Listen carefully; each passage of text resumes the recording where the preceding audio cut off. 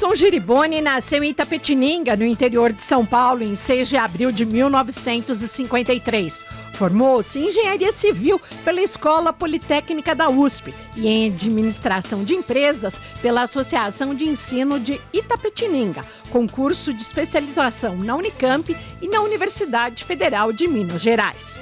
Ingressou como engenheiro de implantação de obras na FEPASA, a Ferrovia Paulista, em 1977, onde construiu carreira e chegou a superintendente-geral.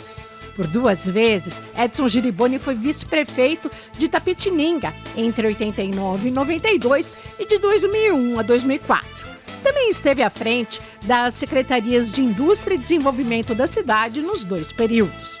Em 2006, foi eleito deputado estadual pela primeira vez. Comandou a Secretaria Estadual de Saneamento e Recursos Hídricos entre 2010 e 2014, onde realizou o maior programa de despoluição dos grandes rios da história de São Paulo.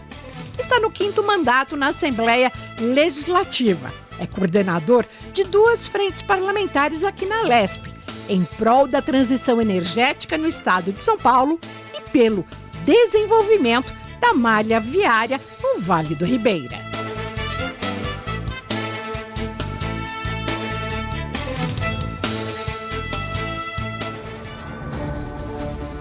Olá, sejam bem-vindos. Começa agora o Conexão Paulista, um programa que aproxima você das decisões políticas do Estado, com informação de qualidade e interesse de toda a população. Conexão Paulista recebe hoje o deputado Edson Giriboni, do União Brasil, parlamentar com ampla trajetória política no 5º mandato e coordenador de 2 frentes parlamentares aqui na Lesp. Bem-vindo à Conexão, deputado. Muito obrigada pela sua presença. Eu agradeço a Renata, a Priscila, poder estar junto com todos que acompanham o nosso programa aqui. Muito obrigada. Me acompanha nessa edição minha amiga jornalista da Rede Alesp, Priscila Silvério. Bom tê-la conosco hoje aqui nesse bate-papo. Eu que agradeço. Deputado, nós vamos começar agora com um destaque para os trabalhos da frente parlamentar que o senhor está levando adiante em prol da transição energética. Vamos acompanhar agora o trecho de uma entrevista que o senhor concedeu à Rede Alesp. Em seguida, falamos sobre o assunto. O potencial do Estado de São Paulo é muito grande, né? E políticas públicas muitas vezes faltam o respaldo do poder público, de legislação adequada para a inovação tecnológica, para que a geração seja cada vez mais verde. Então é importante fazer com que isso seja sustentado financeiramente, né? E aí pode ser necessário algumas políticas públicas, nova legislação, e a frente parlamentar tem esse objetivo. Deputado, o senhor citou a geração da energia verde. É uma meta que deve ser não só de São Paulo, mas de todo o planeta? Deve ser. Eu sempre falo que, principalmente no Brasil, São Paulo é o que puxa o Brasil, né? São Paulo tem que dar bons exemplos. O que se faz aqui repercute no Brasil. E a questão climática, as mudanças climáticas que têm ocorrido, obriga que você tome providências. Não dá para ser passivo num assunto que mexe muito com a vida das pessoas, mexe com o mundo, né? Então, a ideia da criação da Frente Parlamentar em prol da transição energética é fazer com que a gente possa, no estado de São Paulo, ter políticas públicas que incentive, que facilite a geração de energias renováveis. E aí a Assembleia tem um papel importante na legislação, de propor projetos. E a Frente entrou com essa finalidade de trazer, né, um assunto importante para o planeta, sendo discutido aqui na Assembleia Legislativa do Estado de São Paulo. Priscila Silvério.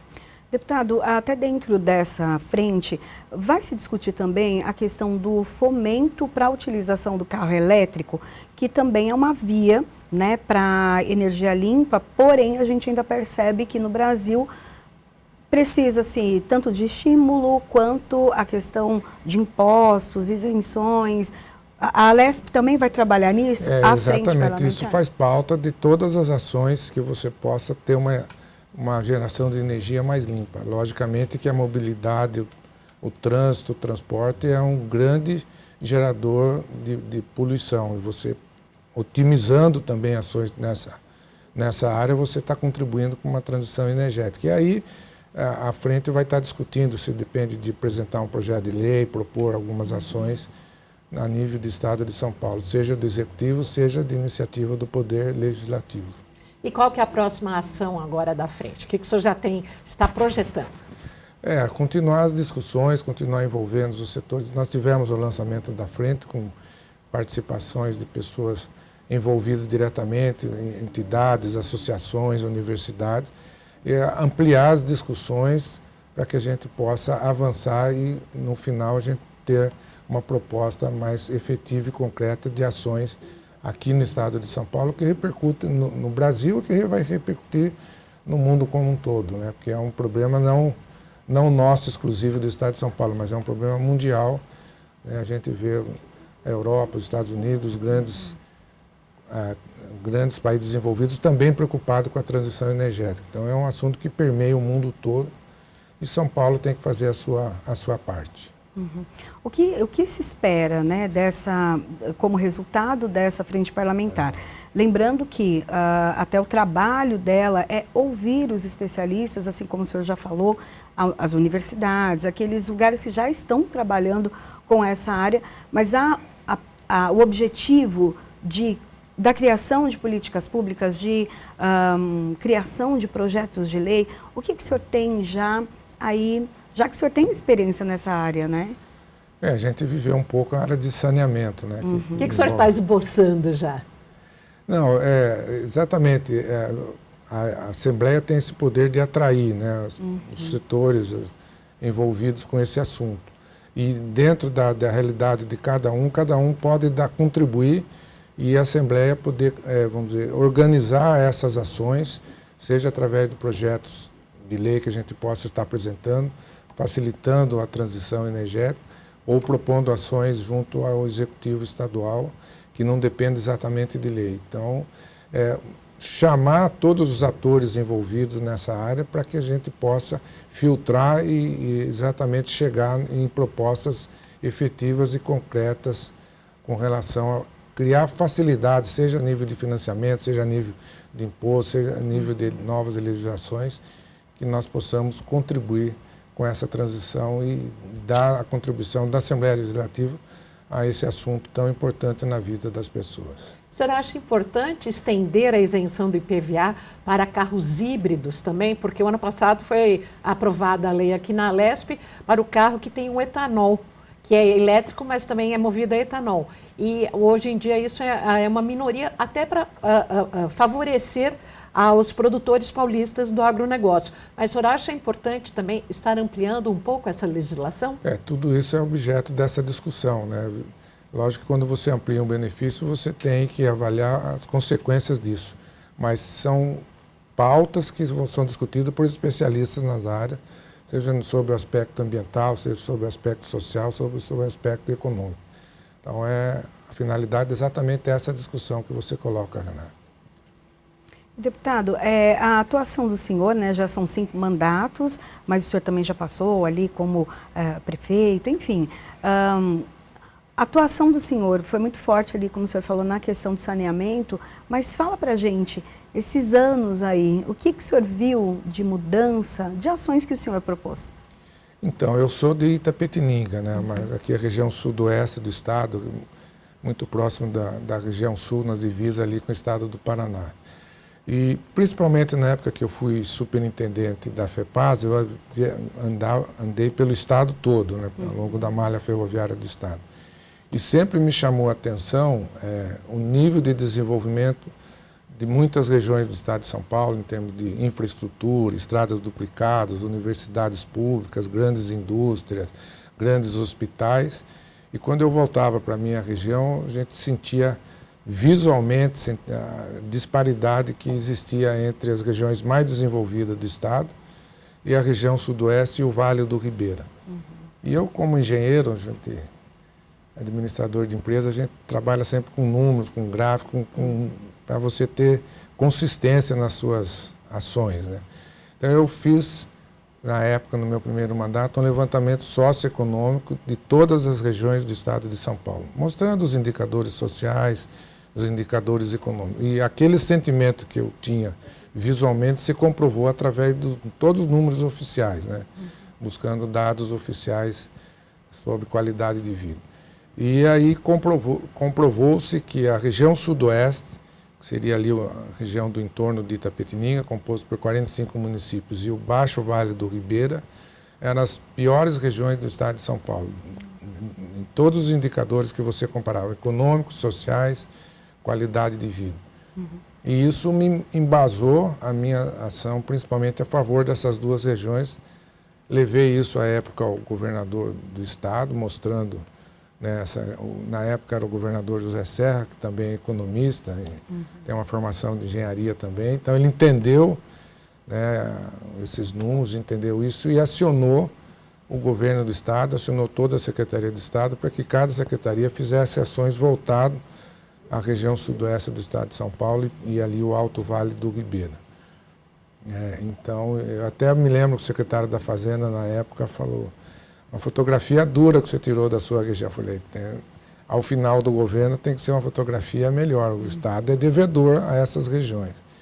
E ali começou um programa de investimentos, né, que tem trazido mais desenvolvimento a essas duas regiões. Agora, recentemente, o governador Tarcísio também esteve lá no Alto Vale do Ribeira, a semana passada, anunciando também investimentos. Vai estar esta semana na região de Itapeva, que faz parte da região sudoeste.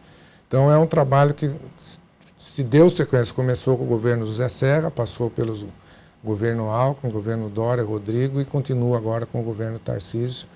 Programa voltado. Estive com o governador Tarcísio também recentemente, levei esse estudo para ele também, para que o governo Tarcísio continue investindo nessas duas regiões, e é o que está acontecendo.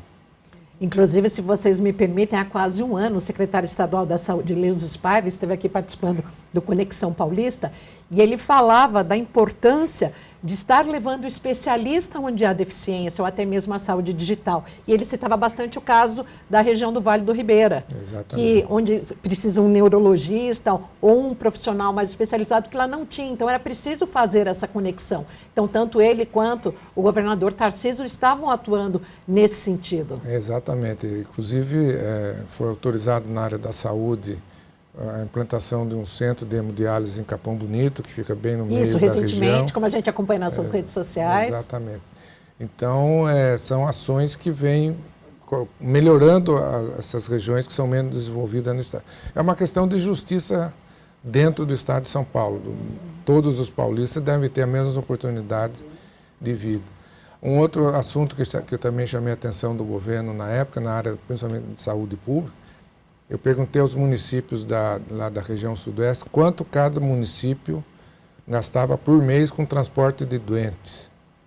Na época eu planilhei cidade por cidade, também trouxe ao governo do estado, falei, olha a carência na área de saúde, quanto que os municípios, as prefeituras gastam transportando doentes, além do sofrimento dos doentes, né, que você estar doente já é um problema, e você ficar viajando grandes distâncias para poder ter um tratamento, é um sofrimento duplo da pessoa doente, mais os grandes deslocamentos. Então, isso também ajudou, na época, a implantação de 2 ambulatórios médicos de especialidades na cidade de Itapeva e na cidade de Itapetininga.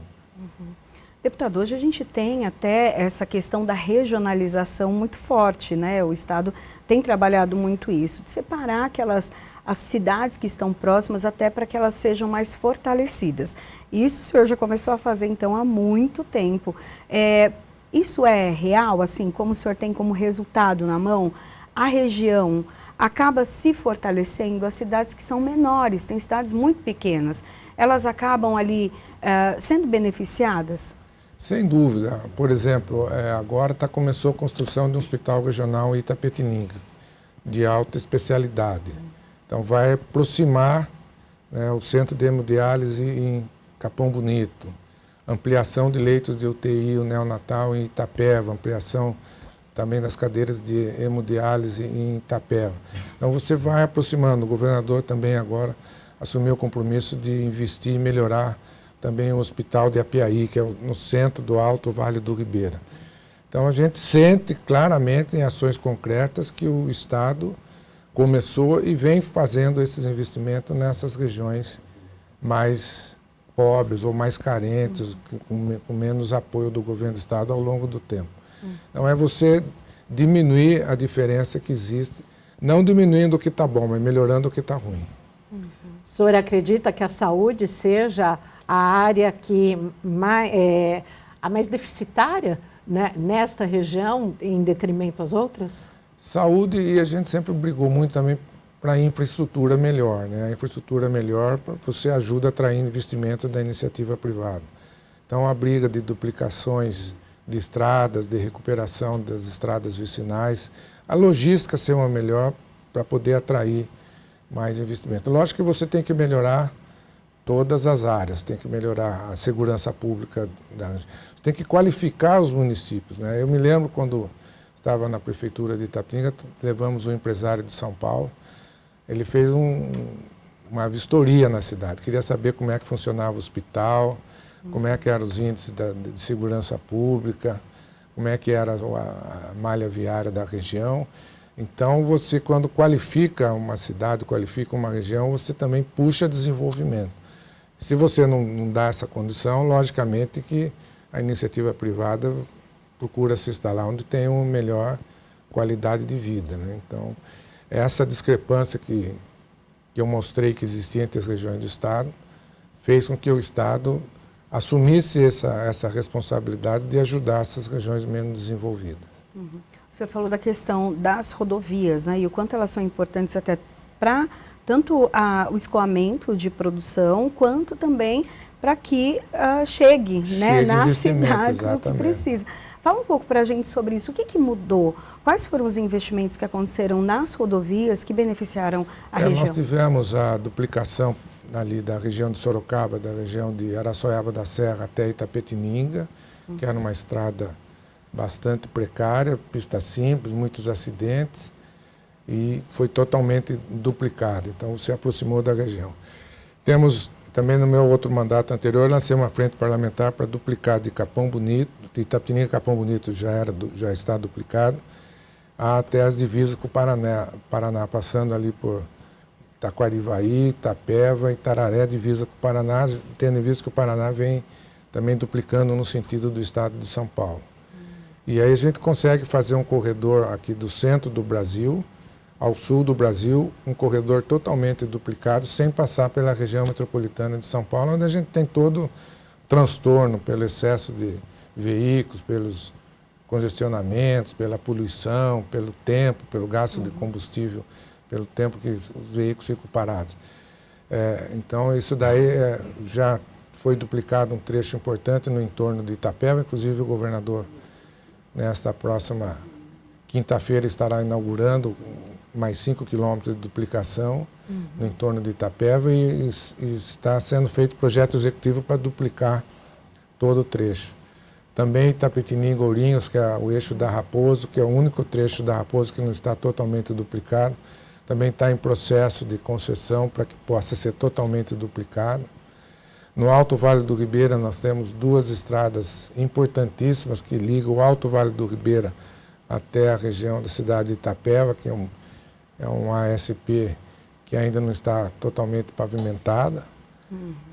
A Piaí-Poranga, que liga o Alto Vale do Ribeira ao Baixo Vale do Ribeira, SP-165 também precisa ser. É uma estrada em precaríssimas condições, né?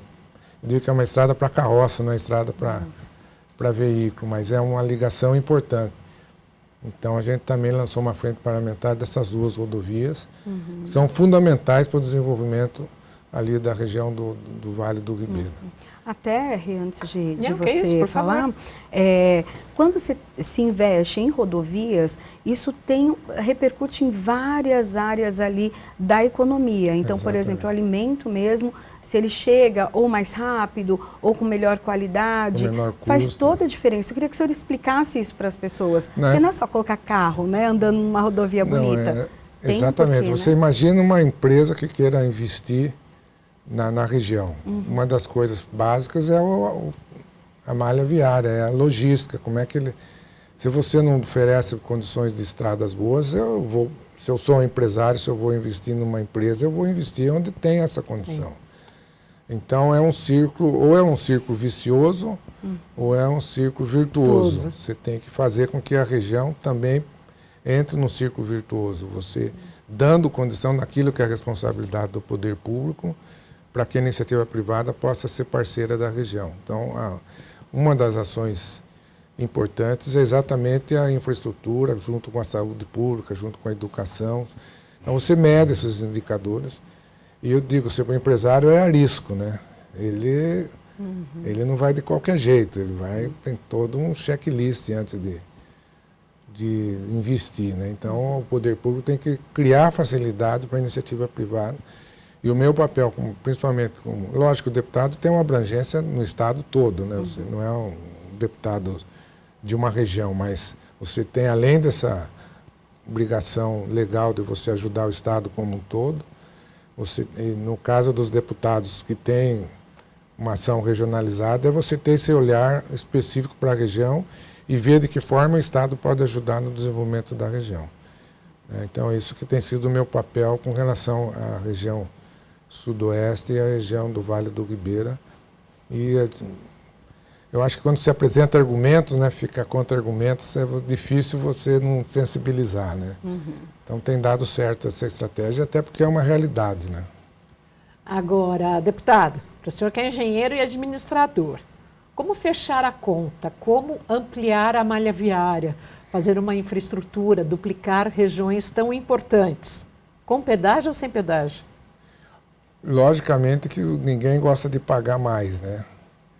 Mas aí é essa conta de equilíbrio. Quer dizer, eu me lembro, nas primeiras concessões no estado de São Paulo, foi no governo Mário Covas. Na época, a malha viária do estado estava muito ruim, a taxa de retorno, a taxa de juros estava num valor relativamente alto em relação a agora. Então, as primeiras concessões do estado de São Paulo, para permitir grandes investimentos e pela taxa de retorno da época, a tarifa de pedágio foi realmente bastante alta para a população. Teve o lado bom que você melhorou as estradas, duplicou várias estradas. Mais recentemente, as concessões posteriores já teve um nível de investimento menor e taxas de retorno mais baixas. Então, as últimas concessões você passou a ter um pouco, comparando com as primeiras concessões, uma taxa de pedágio relativamente menores. Então, é assim, ou o Estado tem capacidade de bancar com recurso próprio, ou buscando financiamento, ou viabiliza através de concessão. A concessão ela só se viabiliza se você tiver pedágio. Então, essa é uma decisão estratégica que tem que tomar. A região quer essa estrada melhor, quer essa estrada duplicada, concorda em ter um pedágio que seja em valores razoáveis, então tem que ter essa justiça tributária em função do benefício que trará para aquela região, para aquela cidade. Logicamente que o mundo ideal seria com que o Estado fizesse sem precisar ter pedágio. Aí é essa conta que tem que ser feita. Quer dizer, é viável fazer pelo Estado ou para que tenha essa obra, tenha menos acidentes, menos mortes, mais condição de qualidade nas rodovias, você ter aí alguns pedágios que sejam preços módicos, né? Aí um desafio também agora, que chega inclusive em discussão aqui na LESP, é o pedágio free flow, né? Que já é aquele que passa e que automaticamente, não tem a cabine, né? Automaticamente pela tag já se é cobrado. Porém, há muitas ou controvérsias, né? Ou reclamações em relação a isso por falta de identificação, de avisos. O que o senhor tem para falar para a gente, já que o senhor viaja tanto? E se o senhor houve reclamações nesse sentido? De usuários que acabam recebendo a multa em casa quando o que acontece é trechos que já são duplicados, que já tem uma estrada boa, e quando você distribui o pedágio ali naquele trecho, você cria uma insatisfação. Eu entendo, mas a estrada já está boa, aqui já é estrada duplicada, eu não pagava o pedágio para andar aqui e vou ter que pagar. Porque o free flow ele é mais distribuído ao longo do trecho, em vez das cabines fixas. Então, principalmente nesses locais, você tem uma insatisfação maior. Quando você tem uma estrada ruim, como já aconteceu no passado, e você melhora a estrada, uma estrada simples, você duplica a estrada e você coloca o pedágio em preços módicos, é uma insatisfação menor. Então, essa leitura que tem que ser feita, né? Quer dizer, ao colocar, qual a consequência? Você já tem uma estrada boa e põe um pedágio, então fica uma uma condição de insatisfação bastante grande, né? Então, cada caso é um caso, né? Mas não se faz mágica também, né? Para você melhorar uma estrada, duplicar uma estrada, você tem que ter recursos, ou seja, do Tesouro, do próprio Tesouro, do Orçamento do Estado, através do financiamento. Eu me lembro, na época que eu era secretário, ali Itapetininga, Ourinhos, era Raposo Tavares, precaríssimas condições, um corredor importante do Estado. E na época vinha... Só Jesus na causa, como se brinca.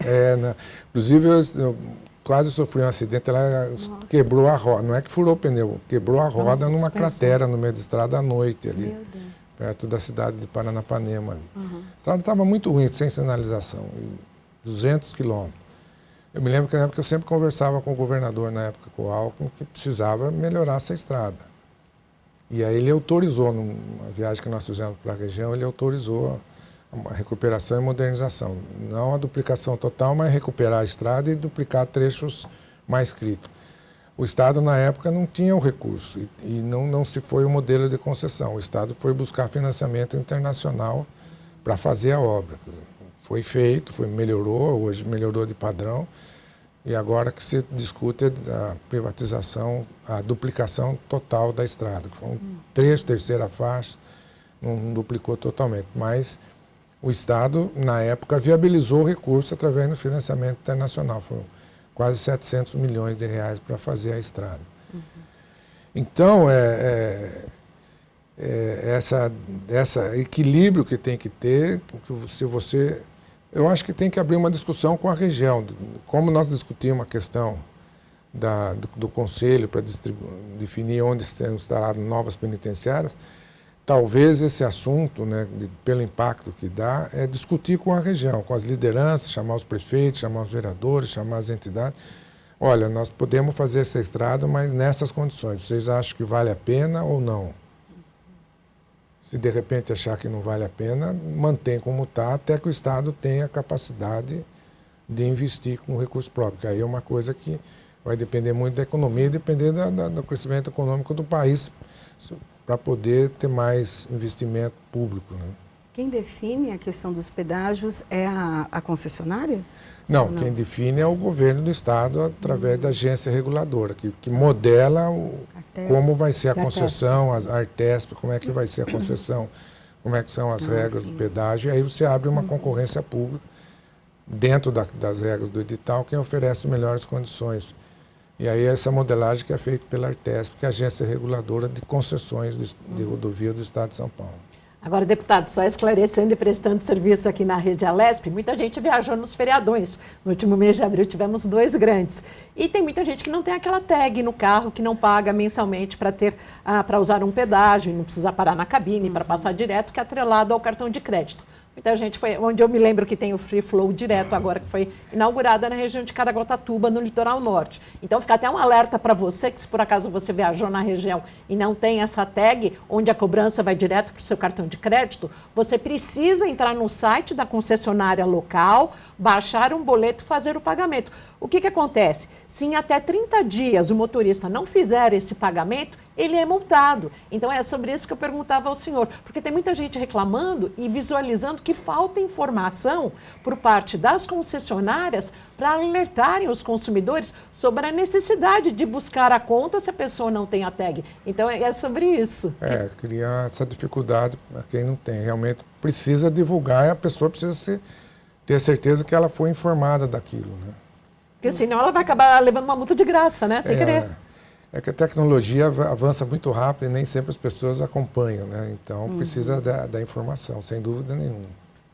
Deputado, o senhor até comentou que alguns anos, então, essa primeira revitalização da rodovia foi feita por um investimento público do Estado. Mas teve apoio externo. Teve financiamento internacional. Financiamento internacional. Hoje a gente trabalha muito com as concessões. É o ideal? O que o senhor acha disso? Ou a privatização? Qual a sua opinião? Não, a concessão, se ela for bem feita e for discutida de forma transparente, for ter o acordo, você faz com que por exemplo, aquele recurso que o Estado poderia eventualmente gastar na rodovia, você traz a iniciativa privada para investir e você sobra mais recursos para investir naquelas áreas essenciais do poder público, na saúde pública, como a gente falou, na educação, na segurança pública, são ações que basicamente dependem de investimento do poder público. Então você aumenta a capacidade numa visão macro, você traz mais investimento para as ações que são responsabilidade do Estado, trazendo a iniciativa privada. Lógico que você tem essa contrapartida, no caso das concessões, dos pedágios, mas eu entendo que abrir essa discussão de forma transparente, para que, vamos dizer, aquela região, aqueles municípios que serão contemplados, posso dizer se concordo, se estão de acordo com essa modelagem ou não. Mas, numa visão macro, você trazendo a iniciativa privada, você faz com que o Estado possa fazer mais. E fazendo mais, você melhora o Estado, melhora a vida das pessoas. O Conexão Paulista faz um breve intervalo e já voltamos com o nosso convidado de hoje, o deputado Edson Giriboni. É rapidinho, a gente volta já.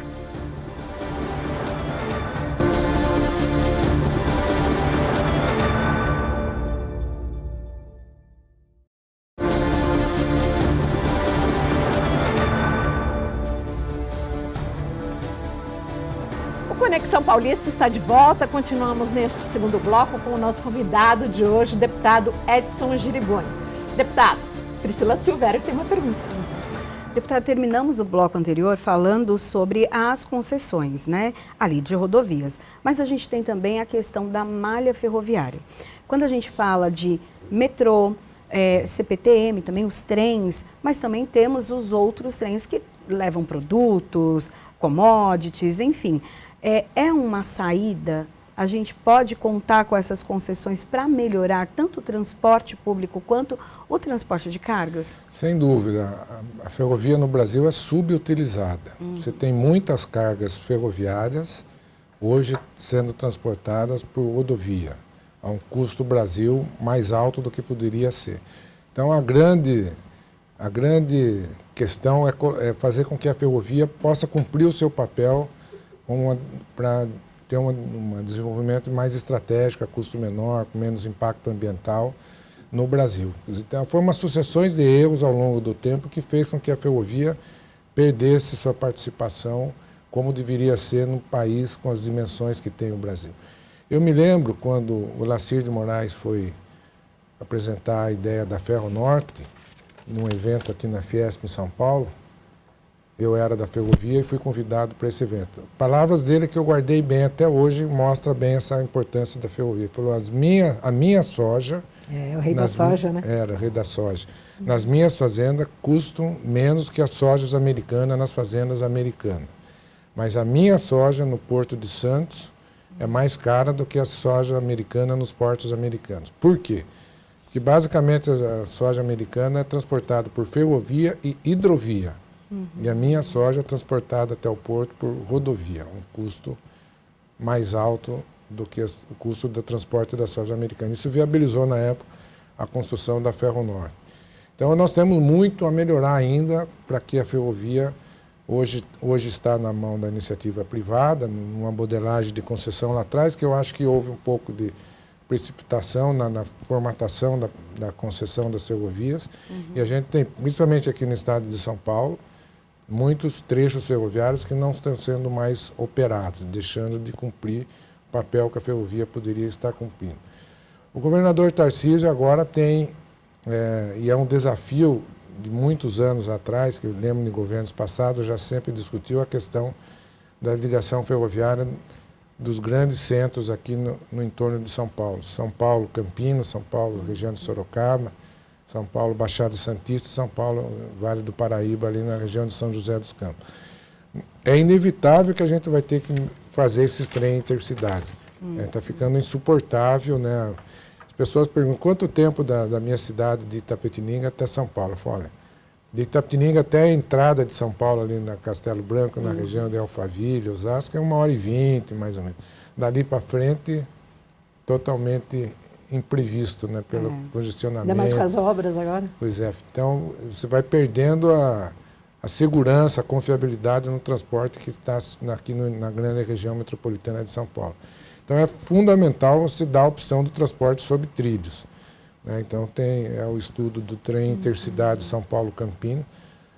Imagina você sair de Campinas com um trem, com horário, com confiabilidade, com qualidade, com segurança, chegando aqui no centro de São Paulo, com certeza do horário que você vai chegar. Hoje, de carro, você pode ter o melhor carro do mundo, pode ter uma Ferrari, mas você não tem ideia de quando você vai chegar no seu destino aqui na Grande São Paulo.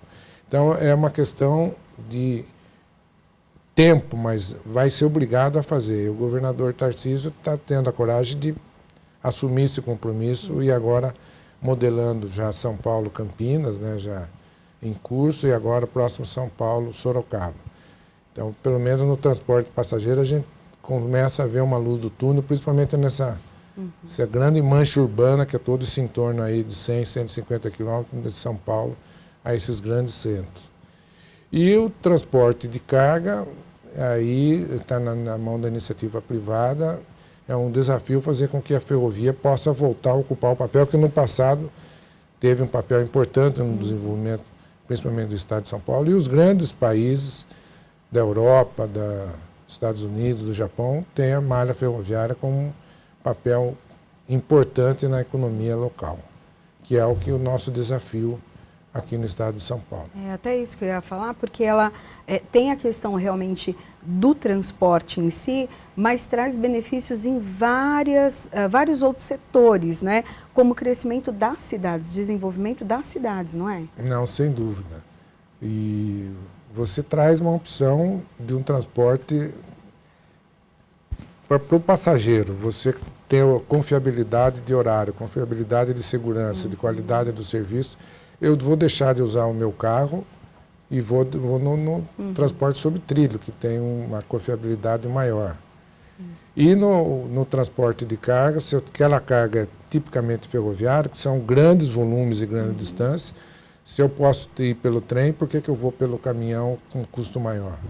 Mas você tem que dar essa condição de transporte. Então, a matriz de transporte no Brasil ainda ela é muito desequilibrada. Pouco transporte hidroviário e pouco transporte ferroviário pelo potencial que tem de carga nesses dois modais mais econômicos, com menos impacto ambiental, com menor custo e com maior confiabilidade. Pode-se ampliar até o turismo, né, na região? Pode. Na época que eu estava na ferrovia, foi no governo Mário Covas, a gente lançou um trem turístico. Não era turístico, era um trem de passageiro, mas com uma finalidade turística que ligou Sorocaba até a Piaí, no Alto Vale do Ribeira, onde tem um potencial turístico, as cavernas, trilhas, turismo ecológico. 3 carros de passageiro e um carro de restaurante. A viagem inaugural que nós fizemos foi em dezembro de 97, parecia cinema. Parecia que estava chegando o imperador, quando o trem chegando, gente chorando, correndo atrás, soltando o rojão, recebendo o trem com alegria. Além do aspecto econômico, você tem um aspecto emocional, um aspecto turístico, que o trem pode cumprir esse papel, né? Circulou durante um ano o trem, foi um sucesso. Depois, quando privatizou, e aí não foi amarrado bem no edital, passado um tempo eles desativaram. Aí passou a ser uma questão não social, mas uma questão eminentemente econômica do negócio de transporte. Eles achavam que não valia a pena manter o trem. E como não havia obrigação de manter... Pelo contrato de concessão, a obrigação era manter durante um ano. E aí passou um ano e tiraram o trem. Que políticas públicas que o senhor tem na gaveta? O senhor que assumiu agora em janeiro e é coordenador da Frente Parlamentar do Desenvolvimento da Malha Viária do Vale do Ribeira. Então, principalmente essas duas ligações são rodovias estaduais, portanto, é obrigação do Estado, né? E dentro desse olhar de desenvolver as regiões mais desenvolvidas do Estado, uma das ações estratégicas que o Estado, eu entendo que tem que fazer, é recuperar essas rodovias e fazer elas no padrão paulista, né? Um padrão de qualidade das melhores rodovias do Estado de São Paulo. Então, eu lancei a Frente Parlamentar exatamente para chamar a atenção da importância estratégica que a gente está pedindo. Não é qualquer estrada, são estradas importantes para o desenvolvimento do Vale do Ribeira. Deputado, aqui no Legislativo, o senhor tem bastante experiência, 5 mandatos, mas tem também no Executivo. Como se conversam, né, esses dois poderes? E o senhor, como tem experiência nos dois, o mandato fica um pouco mais fácil, mais leve? Eu fiquei 4 anos como secretário, então eu vivi o lado do Executivo, né? Uhum. E pelo fato de eu ser deputado, então tinha essa proximidade muito grande com os deputados. Os deputados brincavam que não precisavam ter agenda comigo, chegava e ia entrando, pela convivência que a gente tinha com os deputados aqui. Então facilitou bem essa proximidade, né? Mas foi importante porque a gente tem a visão de governo, né? Então, eu agora como deputado, nas ações de governo, a gente já sabe o que é viável, o que não é, como conduzir, pelo aprendizado que a gente teve Do Executivo. no Executivo, né? Na elaboração do orçamento, nas discussões das políticas públicas, convivência muito próxima com o governador, porque era uma secretaria que pulverizava no estado de São Paulo todo. Então, normalmente, nas semanas, era 3, 4 viagens por semana junto com o governador. E, logicamente, se estando próximo do governador no dia a dia, você acaba vivendo as ações do Executivo, né? Na questão do que é possível fazer, da forma de fazer, como é que você tem o orçamento, como é que você monta as ações de governo, como que você interage com os prefeitos, como interagir com a Assembleia Legislativa. Então, foi um aprendizado bom. E na minha área específica foi assim, aprendizado de extremos, né? Eu assumi, na primeira semana que eu assumi a secretaria, o governador me liga, vamos lá para o DAE, vamos dar uma coletiva que parou o Marginal Tietê, o Rio Tietê saiu da casa, parou São Paulo e a imprensa está em cima. Então, eu assumi mediante enchentes. Crise de enchentes. E quando eu deixei a secretaria, no último dia legal que era possível, porque eu ia para a reeleição como deputado, estava no auge da crise hídrica, né? Aquela questão da briga por falta de água, discussões entre a região de São Paulo e a região de Campinas, discussões entre o estado de São Paulo e o estado do Rio de Janeiro por causa da água do Paraíba. Então, foi extremo, né? Enchentes no começo e seca, possível falta de água no final do mandato. Então, nas dificuldades, você tem que aprender como sair delas, né? E qual o maior desafio nessas crises? O senhor pode apontar qual foi a principal? A mais difícil? A mais difícil foi suportar e fazer com que não faltasse água que foram 2 anos seguidos. Você tem a curva, você tem o dado histórico. Que ano que foi? 2014, 2013, 2014. Eu lembro que eu comprei aqueles galões enormes, porque tinha idosos em casa, não podia faltar água de jeito nenhum, de todo mundo naquela correria. E criou uma insegurança. Eu me lembro que 2014 foi a Copa do Mundo no Brasil, né? E alguns meses antes surgiu, não sei de onde surgiu, né? Surgiu muitas coisas que não são... Mas surgiu durante a imprensa que faltaria água na Copa do Mundo. Imagina, o mundo inteiro vendo para São Paulo, para o Brasil e faltar água. Então, foi um trabalho gigantesco junto à imprensa, todos os principais órgãos de imprensa, né? Eu fui muito requisitado na época, que eles queriam saber se ia faltar água na Copa do Mundo. Eu falei, olha, eu sou engenheiro faz conta, nós temos um volume de reservação. Se não chover mais uma gota de água, até a Copa do Mundo, a gente pode garantir que não vai faltar água. Mas você, pós-Copa do Mundo, você tem que planejar a médio e longo prazo, né? Então, o grande desafio foram tomadas as ações para que não faltasse água. E tem que também ver que a população contribuiu muito, né? Foi feito aqui um programa de incentivo, de redução de consumo com desconto, e houve uma redução também significativa de consumo médio em função do consumo histórico. Então, houve ações do poder público, mas houve também contribuição da população. Não foi nessa época que teve a obra emergencial para conectar a Cantareira ao Guarapiranga? Foram várias obras emergenciais, o do volume morto, depois foi a transposição também do Vale do Paraíba para a região metropolitana de São Paulo. Foram feitas ações estratégicas. O volume morto nunca se tinha usado. O volume morto é o nível, no sistema Cantareira, abaixo do nível de captação. A Sabesp se adaptou rapidamente para aquele volume, que era um volume de reservação, pudesse ser utilizado. Foi uma ação importante que a crise exigiu ações criativas, né? Então, conseguiu-se atravessar sem que houvesse, no limite, teria que haver rodízio de água, né? Esse assunto foi discutido, falou, não, tem que se fazer tudo para que não se tenha o rodízio, para não prejudicar a população, né? Mas suportou, sobreviveu, apesar da natureza, 2 anos severos, aí você projetava a curva desde 1943, quando chovia mês a mês, ano a ano, e aqui esses 2 anos seguidos totalmente abaixo de qualquer previsão que se pudesse fazer fora da curva histórica de precipitação. Teve, durante esse período, e o senhor comentou sobre isso, a educação da população, né? Antes as pessoas lavavam, por exemplo, a calçada, o quintal, ali com uma mangueira. Isso foi... Hoje, se alguém faz isso, todo mundo olha meio torto. Por que você está desperdiçando água? A população realmente aprendeu? Contribuiu bastante.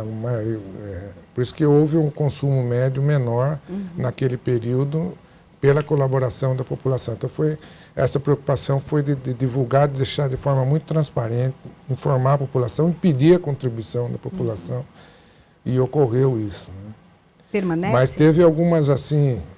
É um aprendizado, né? Eu acho que hoje as pessoas têm mais consciência que não se deve desperdiçar uma água que é tratar, que custa para tratar, tem limitações. Você pode, eventualmente, a natureza ela é cíclica, pode eventualmente ter outro período de seca. Então, quanto mais consciência a população tiver, menor o risco de você ter gravidade. Mas eu me lembro, quando surgiu a ideia do transpor água do Paraíba, o governador do Rio de Janeiro ligou para o governador Alckmin. O governador Alckmin me contou, falou, Alckmin, você quer acabar comigo no Rio de Janeiro, deixar o Rio de Janeiro sem água? Porque havia uma emoção que poderia prejudicar o Rio de Janeiro, que não é o que ia acontecer, e não aconteceu. Eu me lembro também, quando no sistema Cantareira, você tem o uso compartilhado, a região metropolitana e a região de Campinas, né? Acabamos de fazer uma reunião com o governador para definir quanto que se mandaria para Campinas. Liga o prefeito de Campinas, na época, o Júnior Donizete. Ele, vamos precisar mandar mais água para Campinas. Eu acabei de ter uma reunião com o governador para definir isso aí, para não prejudicar nem São Paulo, nem Campinas. Então, veja o nível da importância da disponibilidade hídrica. Imagina você ficar na sua casa sem água. Até continuando sobre essa questão da educação da população, o senhor falou das enchentes que aconteciam com muita frequência aqui no estado, na capital paulista principalmente. Quando se falava do Tietê, ver o rio Tietê transbordando e pegando ali as pistas era algo comum, que a gente não vê mais. E não vê mais em várias outras regiões, que tem hoje, por exemplo, não são bolsões, os piscinões. Então, essas ações fazem parte do saneamento básico e foi criado pensando também nisso? Foi muitas ações. Primeiro, você tem que manter, lá atrás, em governos passados, houve um rebaixamento da calha do Rio Tietê, aumentando a vazão do Rio Tietê. Então, isso foi uma ação estruturante importante. E outra ação, que é obrigação do Estado, é manter o Rio Tietê limpo, sendo desassoreado. Porque quando você... Todo lixo, todo que você joga aqui na região metropolitana acaba caindo nos principais rios, Pinheiros e o Rio Tietê. Então, você tem que ter uma manutenção permanente. Em determinados momentos no passado, meio que aí uma questão orçamentária, questão de prioridade, não se fez o desacionamento como se deveria ser, manter permanentemente o rio sendo na sua vazão nominal, na sua capacidade total. Então, essa é uma preocupação que ultimamente tem-se mais consciência da importância de manter, né, tanto Pinheiros como Tietê na sua capacidade nominal de vazão, né? E tem um plano de macro-drenagem que prevê a construção de piscinões. Senão você retém a água no pico da chuva. Nós chegamos a lançar, na época que eu era secretário, uma PPP, uma parceria público-privada de construção, manutenção e modernização na operação dos piscinões. Porque não basta fazer, né? Tem que manter, né? Manter. E essa modelagem dessa PPP previa uma sala de controle operacional, como se tem, por exemplo, no metrô, para você abrir piscinão, fechar, operar remotamente em função da chuva numa região, abre aqui, fecha ali, para melhorar a operação e manutenção desses piscinões.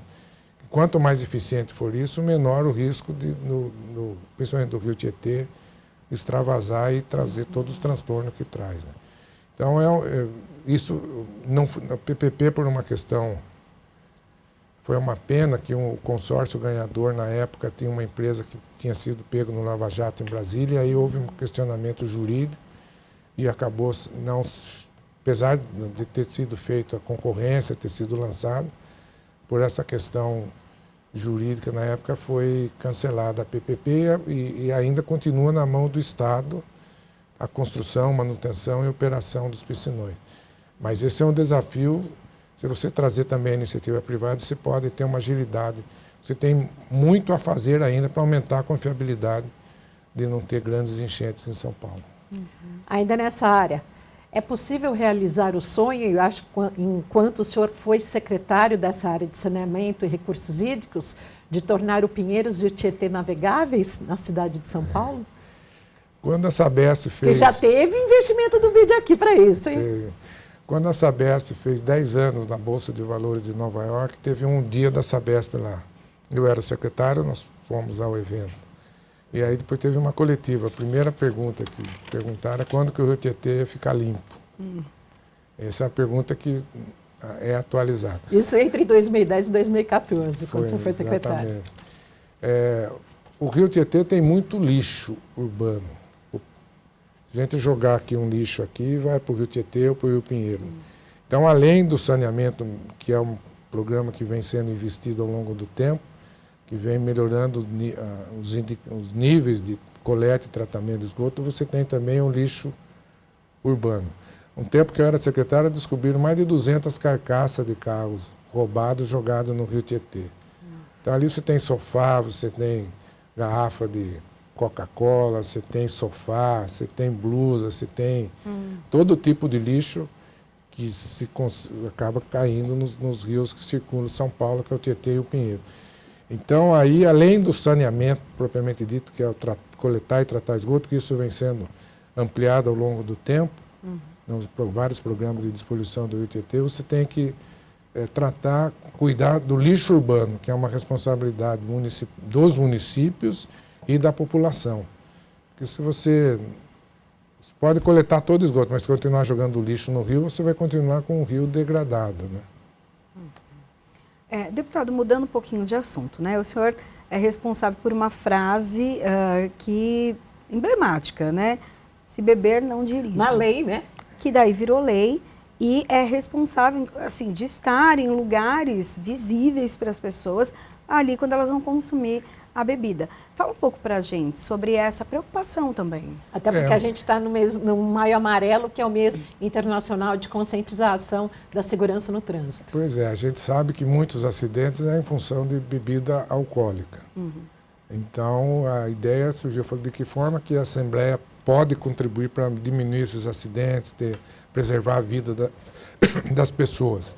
Aí eu apresentei o projeto de lei que obriga nos estabelecimentos que fornecem bebida alcoólica, colocar nos cardápios, na divulgação, se beber, não dirija.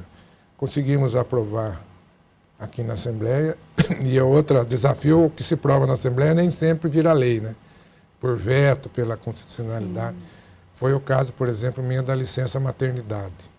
Foi uma briga aqui para aprovar, né? Até na época o deputado Barros Munhoz era o líder. Falei, Giribone, mas é inconstitucional. Falei, eu sei que é inconstitucional, mas vamos discutir o mérito. Depois a gente discute com o governo. Aí conseguimos aprovar aqui na Assembleia.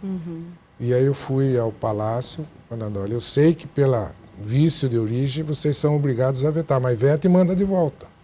Foi o que foi feito. Aí vetou e mandou o mesmo projeto de volta, aprovou novamente e virou lei. E a lei é, só para quem não... Né?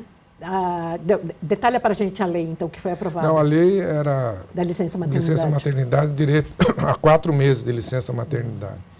E eu tinha recebido sugestões e alguns estudos mostrando o benefício, principalmente da amamentação, até os 6 meses de idade. Diminuição de doenças, qualidade de vida, melhorar as crianças, o conforto psicológico das mães. Daí eu apresentei o projeto ampliando de 4 para 6 meses a licença maternidade para todo o funcionalismo público do Estado. E virou lei, na época até era o governo Serra, e aí ele falou, vetou e manda de volta o projeto do deputado Edson Giriboni para daí corrigir o vício de origem. Daí quando o Barros me falou, eu falei, Barros, o Serra não foi ministro da Saúde? Foi, então ele vai entender o alcance dessa lei, né? E virou lei no estado de São Paulo. E essa também da questão do álcool, muitos acidentes por ingestão de bebida alcoólica. Então vamos alertar, vamos ter uma ação para diminuir esses acidentes. E aí que surgiu a ideia e virou lei no estado de São Paulo também, a obrigação de colocar se beber não dirija. Que é uma frase simples, mas de um alcance muito grande, né? E acho que depois acabou se transformando também numa legislação nacional, porque na propaganda que tem na televisão, qualquer propaganda de bebida aparece embaixo, se beber não dirija. É por isso que eu digo, São Paulo dá o exemplo. Eu me lembro que várias prefeituras, depois daqui nós aprovamos a licença maternidade, e alguns outros estados pediram cópia da lei para também ampliar para esses outros estados e também algumas leis municipais nesse sentido. Deputado, a gente percebe que o senhor utiliza as redes sociais para se comunicar com toda a população, informar sobre o seu trabalho, rodando o Estado. Vamos acompanhar agora um trechinho de um vídeo que o senhor publicou nas redes sociais. Começando agora Giriboni modo turbo.